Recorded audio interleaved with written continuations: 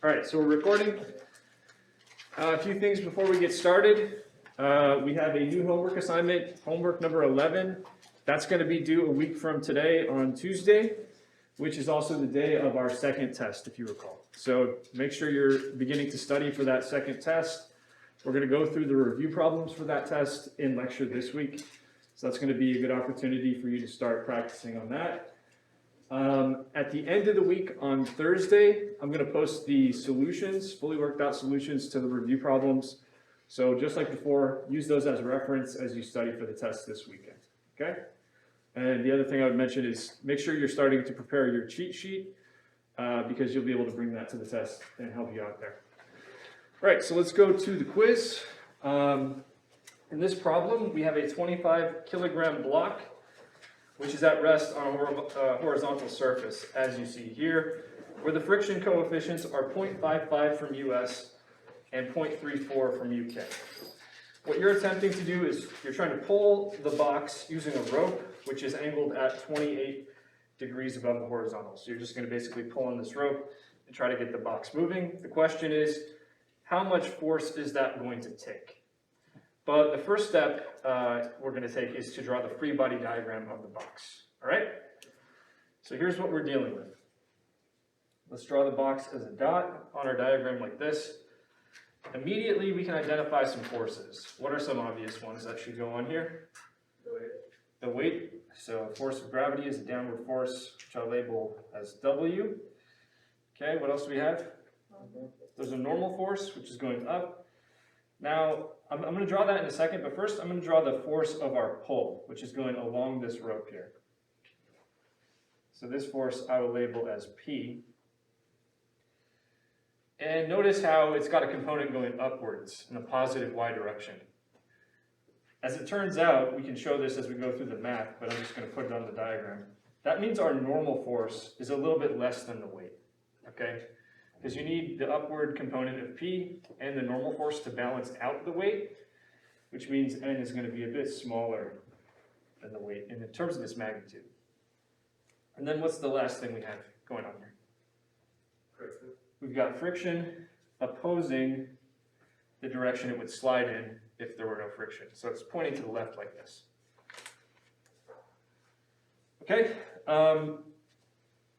This is the XY coordinate system that we're going to work in, the standard one where X is horizontal and Y is vertical.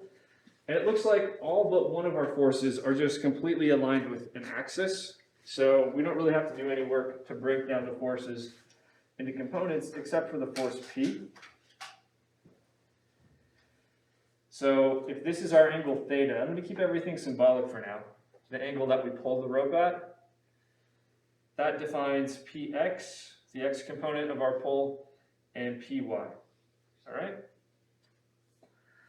So what I said earlier is that the static friction force is given by this inequality. It's less than or equal to mu s times n. That means the static friction force can grow up to a point, but it has a maximum value. Okay, we also have F equals ma, Newton's second law in the x and the y direction.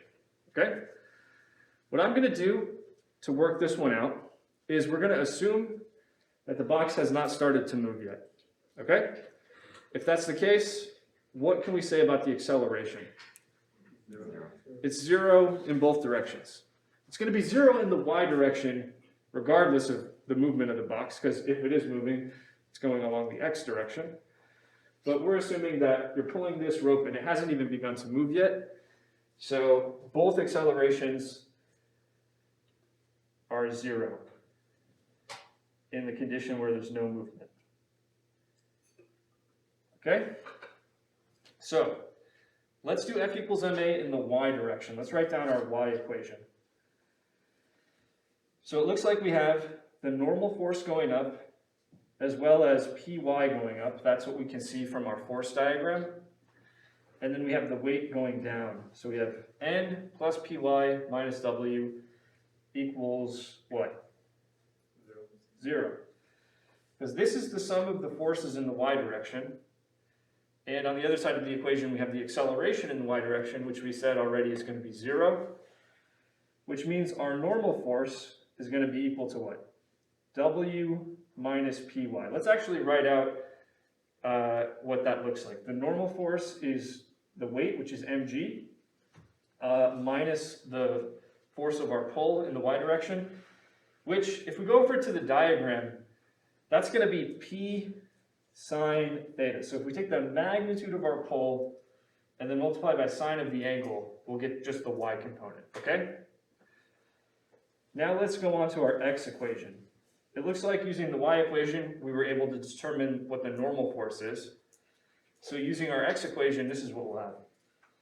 Basically, I have two forces in the x direction. I have the x component of the pull force going in the positive x direction, and then I have friction going in the negative x direction. So I have px minus static friction. In the case of no motion, we'll have static friction. And again, that's going to equal 0. Okay, so that's F equals ma in the x direction, how it breaks down. What that tells us is that the static friction force is equal to px, and if we go to the diagram, px is just the magnitude of the pull times cosine of the angle theta. Okay, so that's just how we break the pull force down into components using sines and cosines. Okay. Now, what this is telling us is, in order to hold the box in place, we need this much static friction. We need to just cancel out the x component of the pull, basically. So the last thing we can do here is, because we have an equation for the normal force and for the static friction force, we can go back to this original inequality and put things in there. So for the static friction force, I can plug in P cosine theta. That's less than or equal to mus times the normal force. So just to be clear, I'm using the inequality here. And the normal force is mg minus P sine theta. Now we're trying to figure out P, trying to figure out how hard you're pulling the box in this case. So let's try to solve for that. So it looks like I have on this side P cosine theta, and on this side I have minus mus P sine theta, if I just distribute everything. If I add that to both sides of the equation, it puts it over here, and it's a positive term now, okay? So I have a cosine theta, and then I have plus mus sine theta, just to group all the terms with P together, okay? And then that's less than or equal to mus times mg, okay? So one mistake I saw on some of these as I was collecting them is some people ended up with a negative sign here, but otherwise they did it correctly. But this should be positive. Anyway, P, we solve for it, is less than or equal to mus times mg, and then I'll just divide out the thing in the parentheses so P is isolated. So we have P cos theta plus mus sine theta. This is telling us if the box is supposed to be stationary and not move, you better be pulling with a force that's less than or equal to this.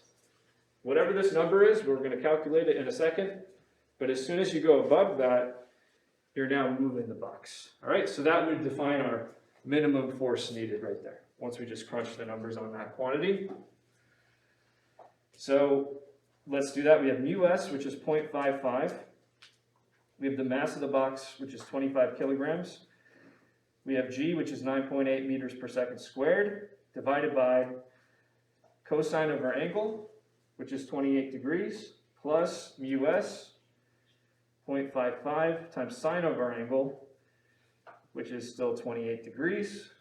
And then you can verify this, but if you crunch the numbers, it comes out to 120 newtons, okay? So we all good on this one? Any questions?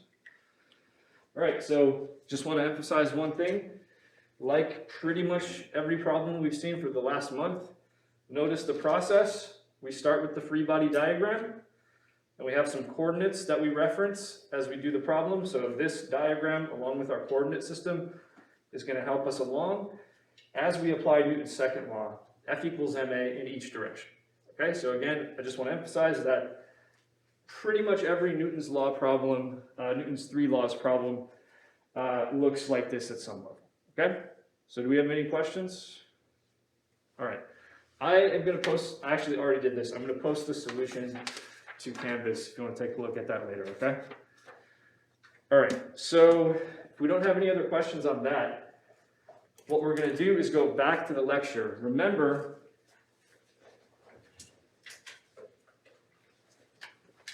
hold on a sec. Cable wasn't plugged in all the way. All right, there we go. So the last thing we touched on was circular motion, and we're still talking about this, and we have a few other example problems to get through, but there's not a whole lot left in this lecture. Remember, this lecture is about applications of Newton's laws. So I think next time we meet on Thursday, we can go through a lot of examples, right? I think it will be helpful to see more and more examples, so that's what we'll try to spend most of the time doing. I'm going to start with a question for you guys. So the last problem that we did last week was this sort of tether ball problem, where you have a string, has length L, and it's attached to a pole, and there's a mass attached at the other end, and you're basically watching this thing travel in a circle around the pole, all right? And as we saw, if it's moving very slowly, and there's not a lot of tension, then the angle is going to be pretty small, but the faster you get it moving and the more tension you introduce, the bigger the angle is, okay? So it kind of goes upwards like this. My question is, can the angle ever be 90 degrees? Could I get a tether ball going so that the angle that the string makes is exactly 90 degrees?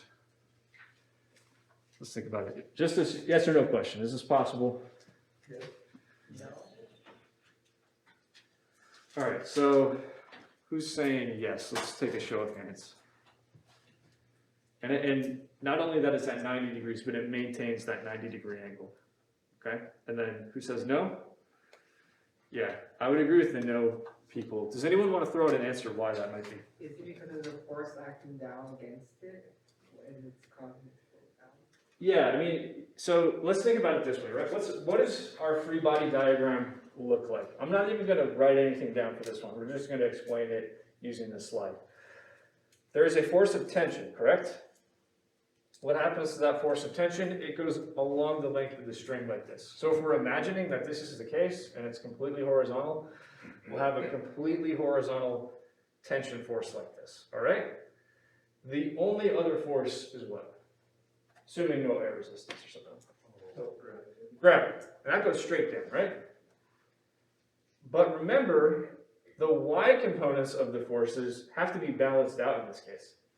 Because if we're saying the tether ball just maintains this 90-degree angle and it doesn't move up and down, that means the y components of the forces have to be balanced out. In other words, there has to be something to balance out gravity. But there isn't, right? This tension is only going in the x direction. So it totally works if the angle is less than that. Let's say the angle is 45 degrees just to make up a number. Then you'll have the y component of the tension force, which balances out gravity, but it's just not possible for that to happen if it's at exactly 90 degrees like this, okay? So just to verify, for this question, there's no other push force or anything that's being applied, it's just... It's out, yeah, so we're imagining it's basically already been set in motion and it's just going at this constant angle. Oh, Yeah. okay. Yeah. That's what we want to imagine here. Anything else? So let's do one of these. That last problem, by the way, just to be clear on what you're visualizing, that was a ball attached to a string going in a horizontal circle like this, okay? That's kind of the tether ball example. Now I want you to imagine a ball attached to a string and you're swinging it around and it's going in a vertical circle, okay? So the path it takes is like this instead, okay? So imagine you're holding a string with a length of 23.5 centimeters, which is connected to a ball with a mass of 375 grams.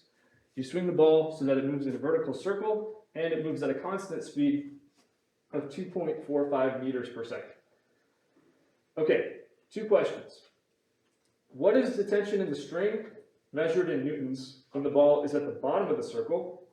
And then what is the tension in the string when the ball is at the top of the circle? So I'm sure you have some experience doing this, right? You probably can visualize what this feels like. Where is the tension going to be the greatest? Or let's just compare. You're swinging this ball in a circle.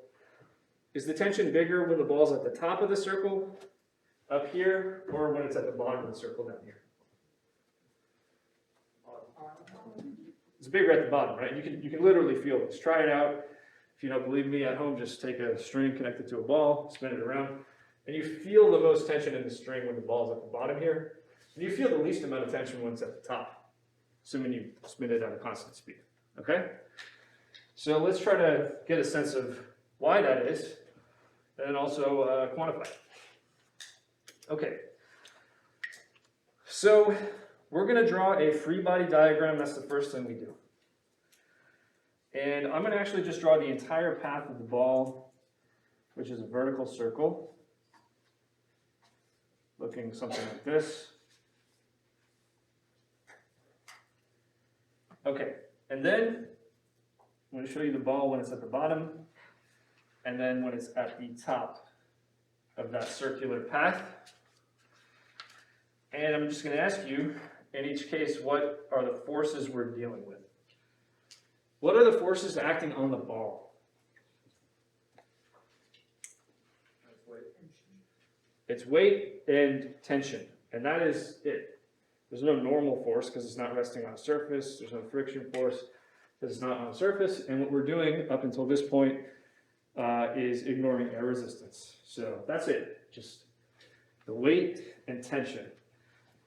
All right, let's draw two different diagrams because as you're going to see, it looks different when the ball is at the top and when it's at the bottom. So let's do the bottom first, okay? What direction is my weight? Straight down. What direction is my tension? Straight up, right? Because the string is going to be going this way, and tension goes along the string. So the tension, when the ball is at the bottom, is going straight up. Does that make sense?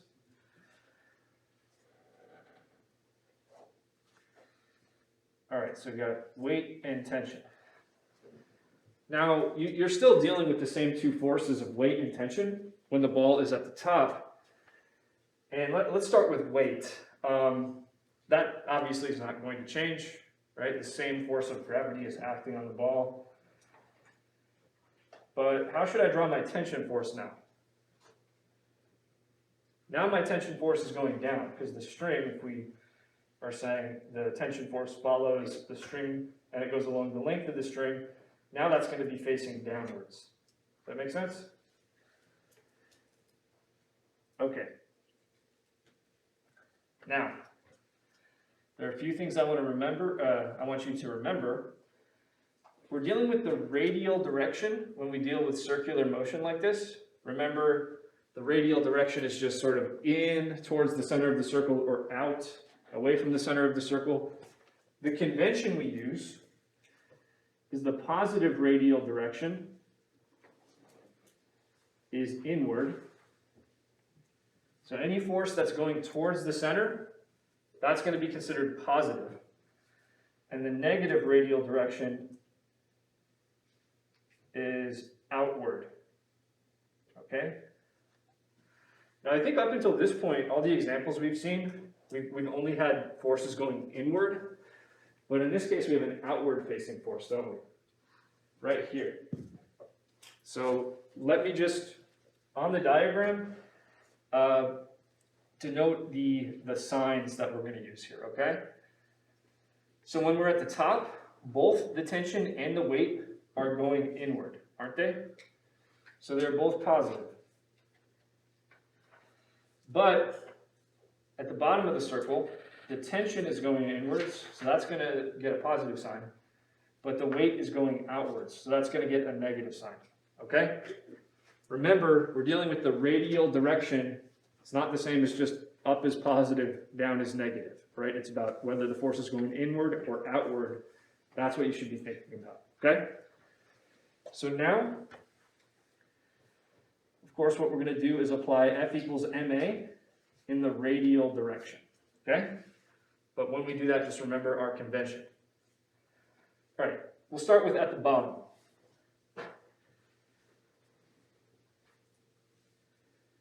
This is how we apply F equals ma when the ball is at the bottom of the circle. Okay, I have two forces to add together. One of them is the tension force, which is going inward, so that gets a positive sign.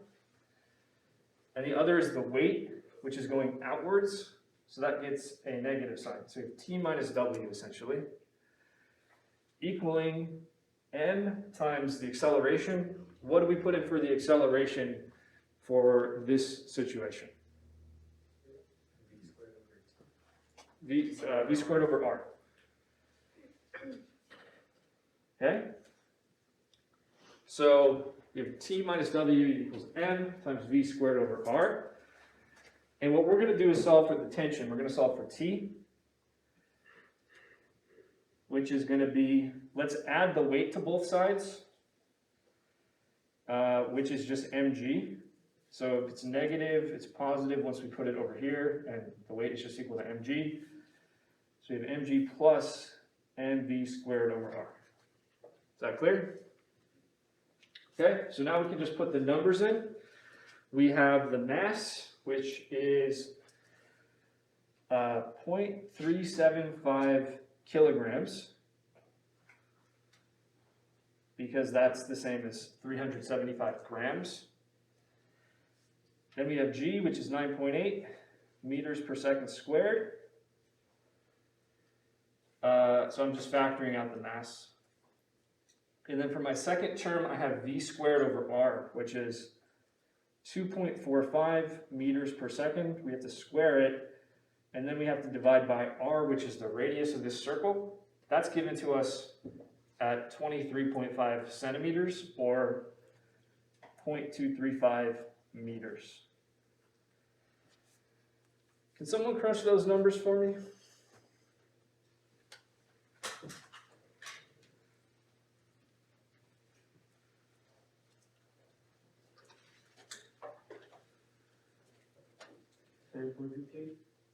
One more time. 7.15.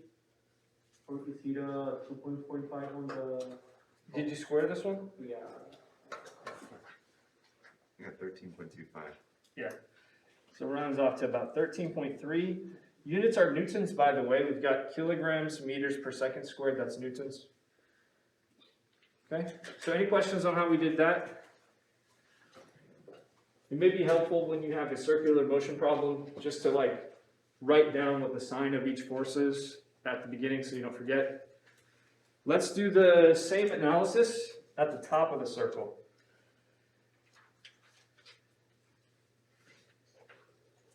So when we're at the top of the circle, we have two forces, tension and weight, but now they're both going inwards. So they both get a positive sign according to our convention, okay? So we have tension and weight, both positive, added together, equaling mv squared over r. That's how we apply Newton's second law to this motion when the ball's at the top. So now, if I wanted to solve for t, I'd have to subtract off the weight, right? I'd have to subtract it, put it over here, which would give us mv squared over r minus the weight minus mg, okay? So let's work that one out. Just like before, I'm going to factor out the mass, which is 0.375 kilograms. Then we have v squared over r, 2.45 meters per second, square it, divided by 0.235 meters, that's the radius. And then this time we're subtracting off 9.8 meters per second squared like this. Can someone tell me how that one works out?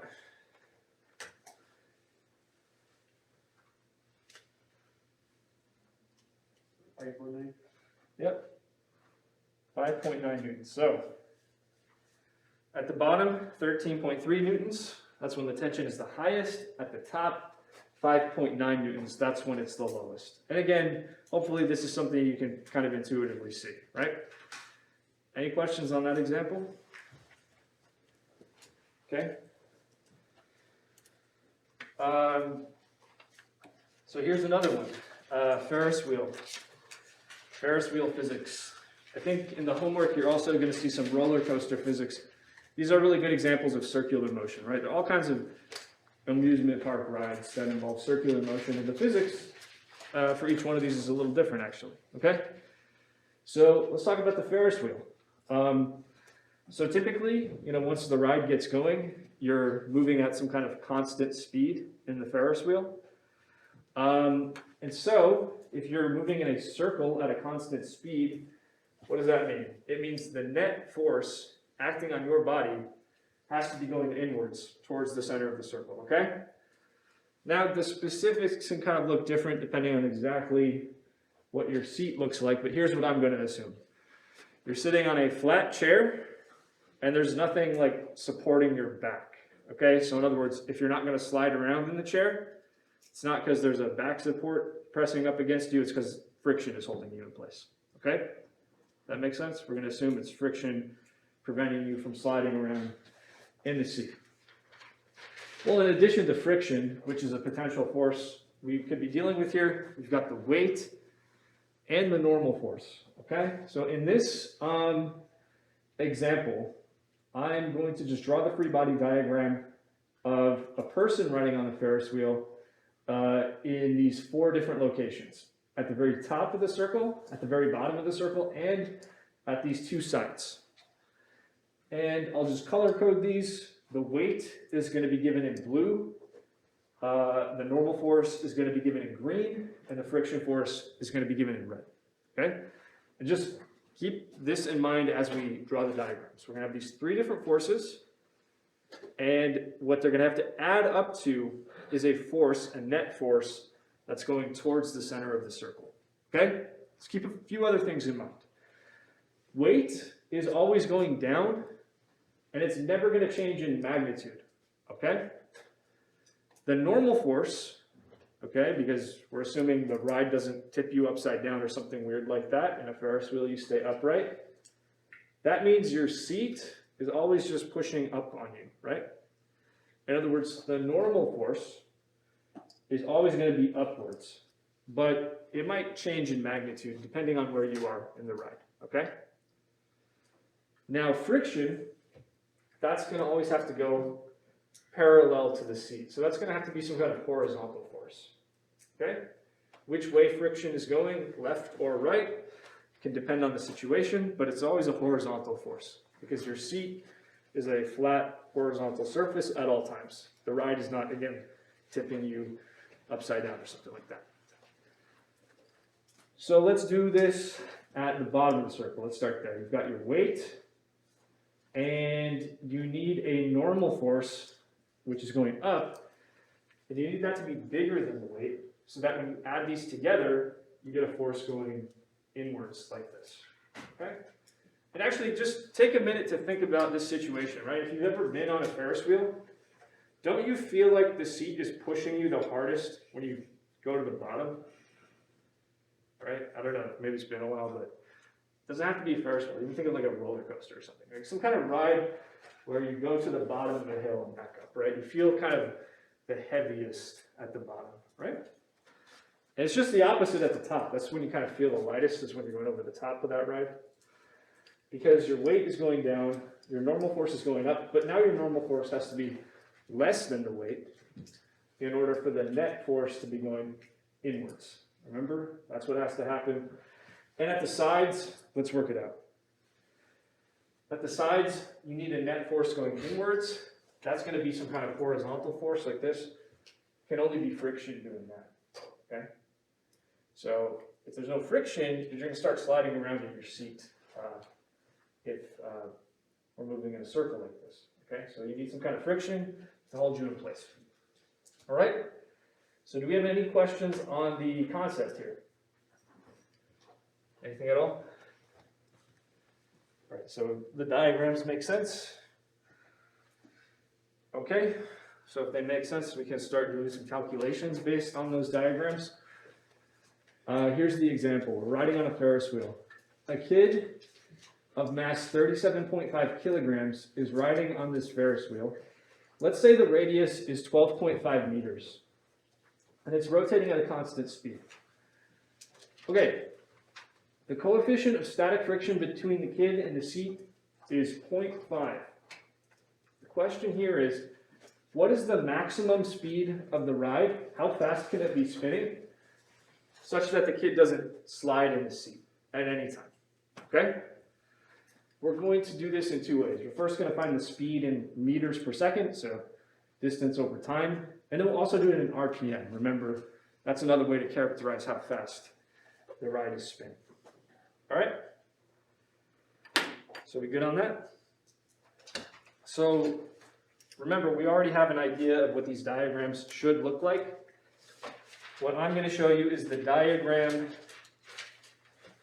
at the side of this ride. I'm not even going to draw the whole circle, but this is the path that the kid is moving in. It's in a circle like this. And then when we're right here at the side, remember, we have the normal force going up. We have the weight going down. And we need static friction going inwards to keep you in place. Okay? All right, so let's do this. Let's draw a coordinate system. That kind of lines up with the forces as we already see them. The radial direction, remember, is going inwards, so that's going to be to the right like this.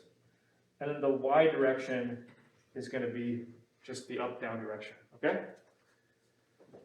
Make sense so far? Let's do F equals ma in both directions. So we have the net force. Let's do the y direction first. The net force in the y direction equals m times ay. Okay? Now here's the thing. If you're moving in a circle at a constant speed like this, there's acceleration in the radial direction, of course, but there's actually no acceleration this way. Okay? So what we can say is the normal force minus the weight, that's n minus w, equals 0. Okay? Now, the reason we're doing this is just to figure out that normal force equals weight. Okay? Your normal force is perfectly balanced out by your weight at this location on the ride. Okay? But not at other locations. It'll work differently. The weight is given by mg, so there it is. Now, if we do this in the radial direction, net force in the radial direction equals mass times acceleration in the radial direction. The only force is static friction. Okay, that's the only thing keeping you moving in a circle at this moment. And that's equal to mv squared over r. Okay, so this should look familiar, right? mv squared over r on the right-hand side of the equation. So we good so far? Now let's take, because we're dealing with static friction, it's kind of similar to the quiz problem, right? We've got the normal force, we've got the static friction force. That would be necessary for this kind of motion to be occurring, right? But we can then apply the inequality to finish the problem off. So we have static friction less than or equal to us times n. That's always the case. And we'll plug in what we know. We have static friction equals mv squared over r, right there, less than or equal to us times n, where the normal force is equal to mg. We'll cancel out the mass here and here. We're trying to figure out v. Remember, we're trying to figure out, how fast can the ride be going without just sliding in your seat. So we'll solve for v. V squared is less than or equal to us gr. Okay? Now, you may remember some problems we've done in the last couple weeks that look kind of like this, but where the US is on the bottom, right? So the point is we have to be able to work this out from scratch because, just writing this down doesn't tell us where the answer came from. So we're going to solve for V.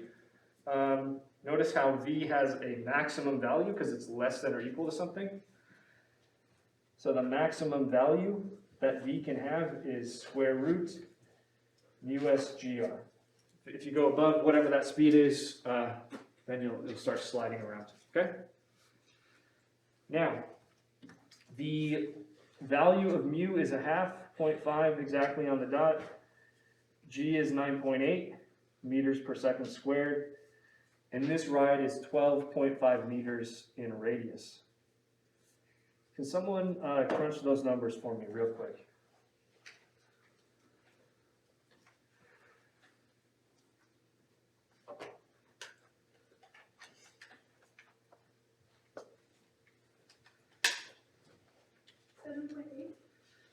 So I'm going to keep a few more decimal places. I'm going to write it as 7.826 meters per second.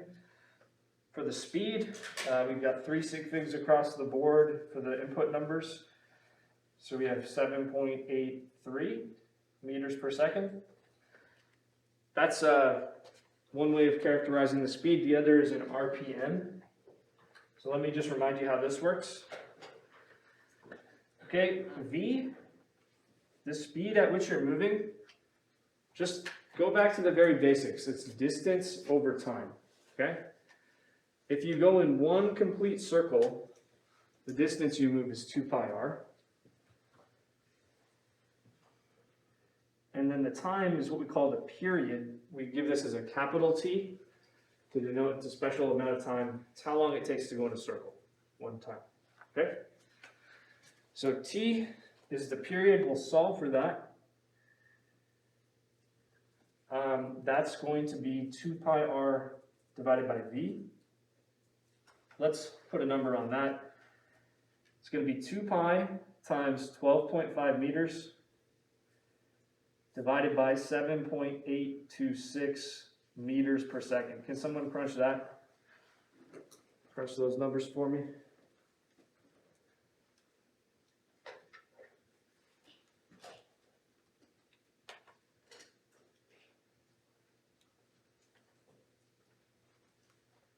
$10.03. 10.03. And that's in seconds, right? So it takes this particular ride, if it's going at its maximum speed, it's going to take 10.03 seconds to go in one complete circle, okay? Which means we can find what's called the frequency. That's 1 over the period. Let's just be exactly clear about what we're doing, right? Takes 10.3 seconds for 1 revolution to happen, right? That means we have this ratio of 1 revolution over 10.3 seconds, right? All we want to do is convert the units of time to minutes. Then we'll have revolutions per minute, right? So there are 60 seconds in every 1 minute.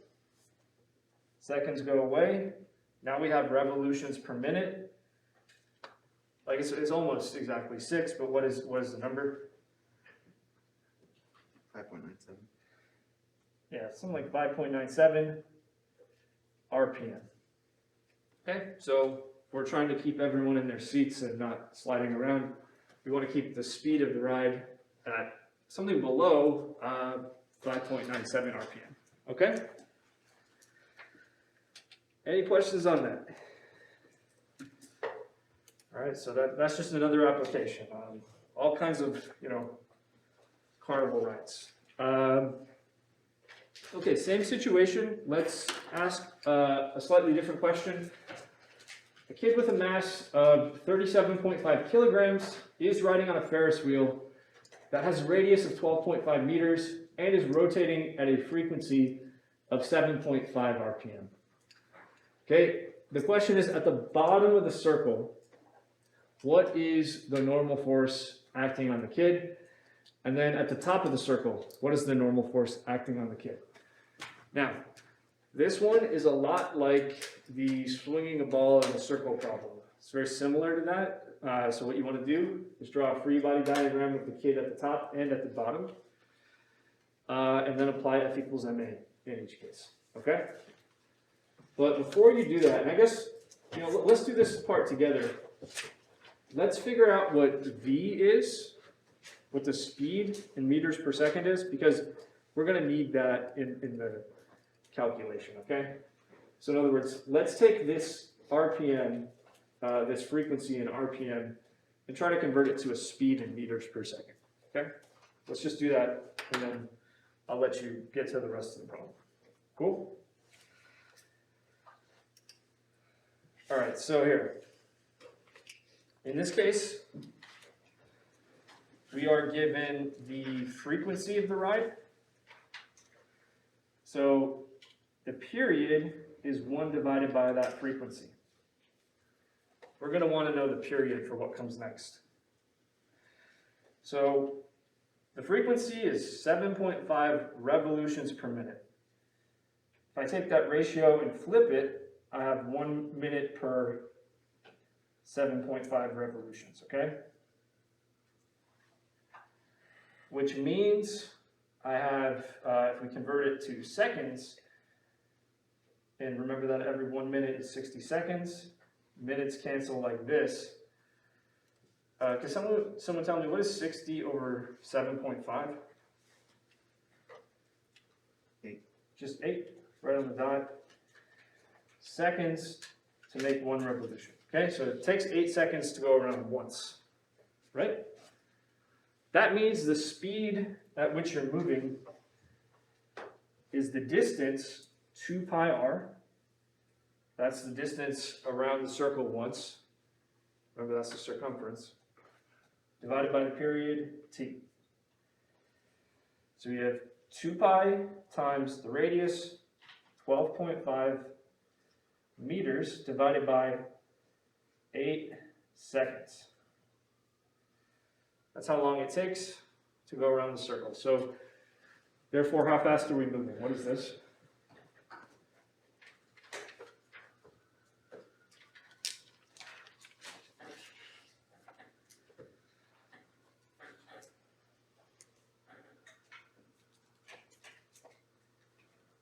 Anybody?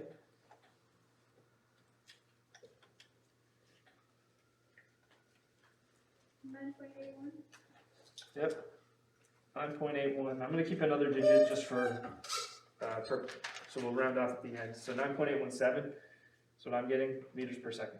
Okay? So that's an important quantity to know. Just keep that in the margins of your paper and then try to answer these questions, all right? So I'll give you about 5 minutes to work on this. Let's see what you come up with.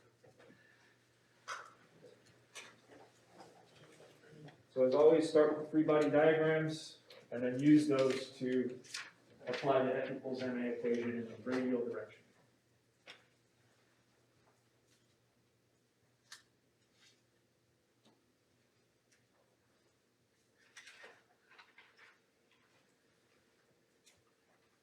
That's a good start, but one thing I mentioned is that the normal force is always going to be, because even if you're at the top of the circle, the seat is still pushing up.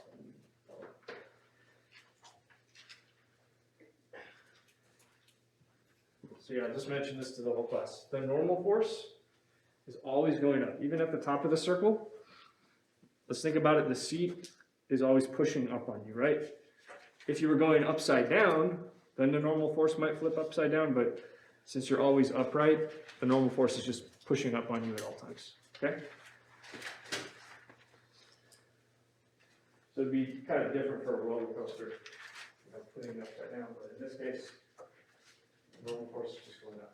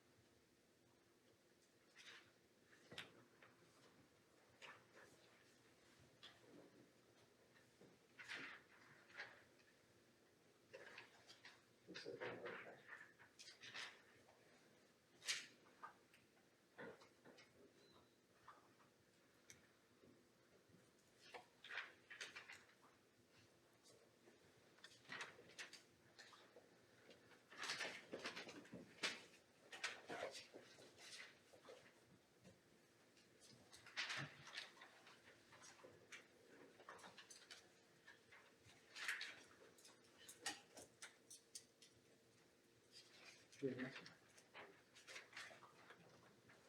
one does that correspond to? Okay, what about at the top?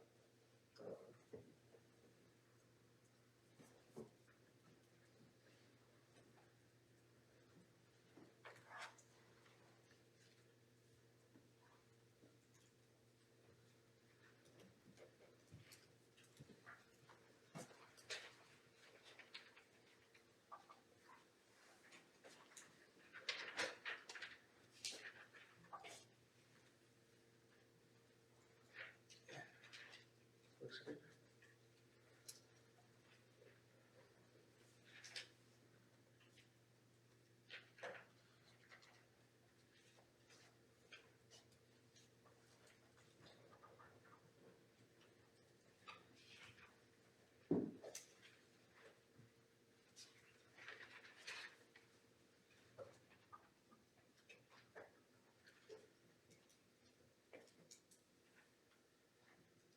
That's the right numerical value that came out wrong, so you probably mixed up the signs to the forces.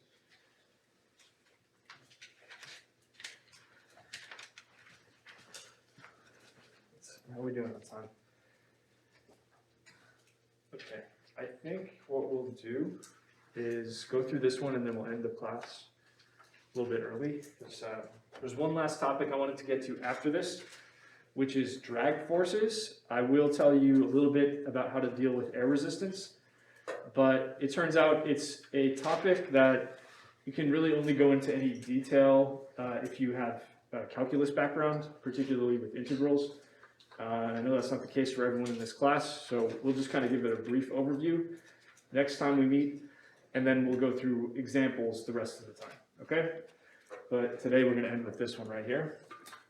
So by the way, at the top, you should be getting about 78 newtons of force, and at the bottom, 657 newtons. All right, but let's go through all the steps. How do we get there? So what I'll do is draw the whole circle, once again, of this motion that the kid is undergoing.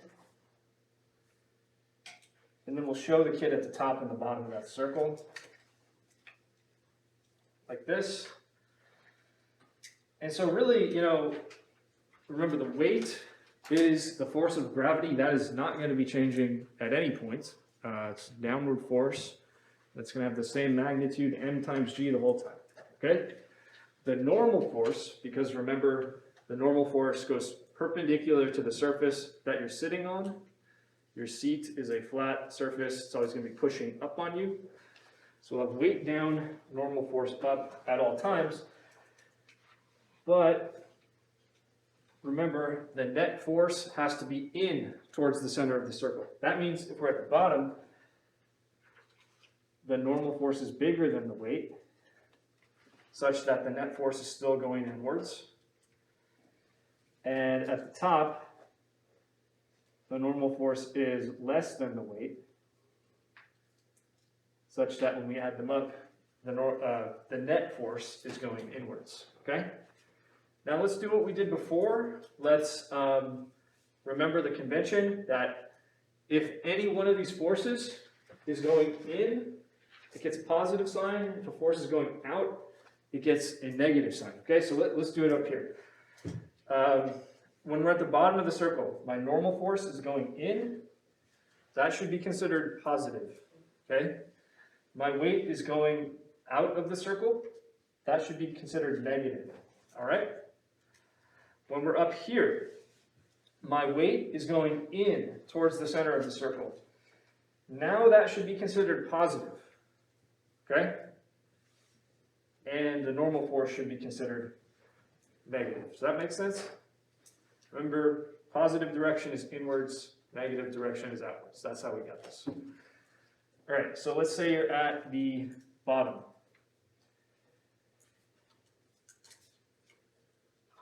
And we want to know what the normal force is. Well, I'll take a look at the diagram and I'll apply F equals ma in the radial direction. So I have the normal force, which is positive, and I have the weight, which is negative. I have n minus w. And that equals mv squared over r. Okay, so add the forces together, equals mv squared over r. But again, keep your wits about you with this sign convention. We're trying to find the normal force, right? We're trying to find n, which means I'd have to add the weight over here to solve for n. So I'd have mv squared over r plus the weight plus mg. Okay? Again, it looks pretty simple when we write these equations down, but it's really useful to have this picture so you know what the signs are. It's really easy to mess up the signs on this one. Okay? So let's plug in the numbers, see what we have. The mass is 37.5 kilograms. I'm just going to pull that out because it's common to both terms. V, that's what we worked out up here, is 9.817 meters per second. We square V, and then we divide by R, which is 12.5 meters. And then we add to that G, 9.8 meters per second squared like this. Okay? So, again, you crunch these numbers, what you'll get is 657 newtons at the bottom of the circle. Okay, now let's do at the top. Starting point is the same. We have Newton's second law for the radial direction. But it looks a little different when we apply it to this diagram up here. Because now we have weight, which is positive, minus the normal force. Okay? That's how it works, given the sign convention we went over. That equals mv squared over r. We're trying to find n, right? So how about we add it to both sides, so now it's over here, and then let's subtract mv squared over r, okay? So we have the normal force equaling the weight minus mv squared over r, okay? So that's just mg minus mv squared over r. And yeah, factor out the mass, 37.5 kilograms. G is 9.8 meters per second squared. Add to that v squared over r. Add to that 9.817 meters per second, square it, divided by 12.5 meters. That's the radius. And this gives us the normal force. And if you, I'm sorry, I forgot to, this should be a negative sign. I don't know why I wrote positive. Negative sign right here, okay? Anyway, you crunch those numbers, you get 78 newtons. So it's exactly what we know from experience, right? The seat is pushing on you with the smallest amount of force when you're at the top of the circle, and with the biggest amount of force when you're at the bottom, okay? By the way, if we can make this force go to 0 at the top, that's when you would be experiencing so-called weightlessness at the top of the ride, okay?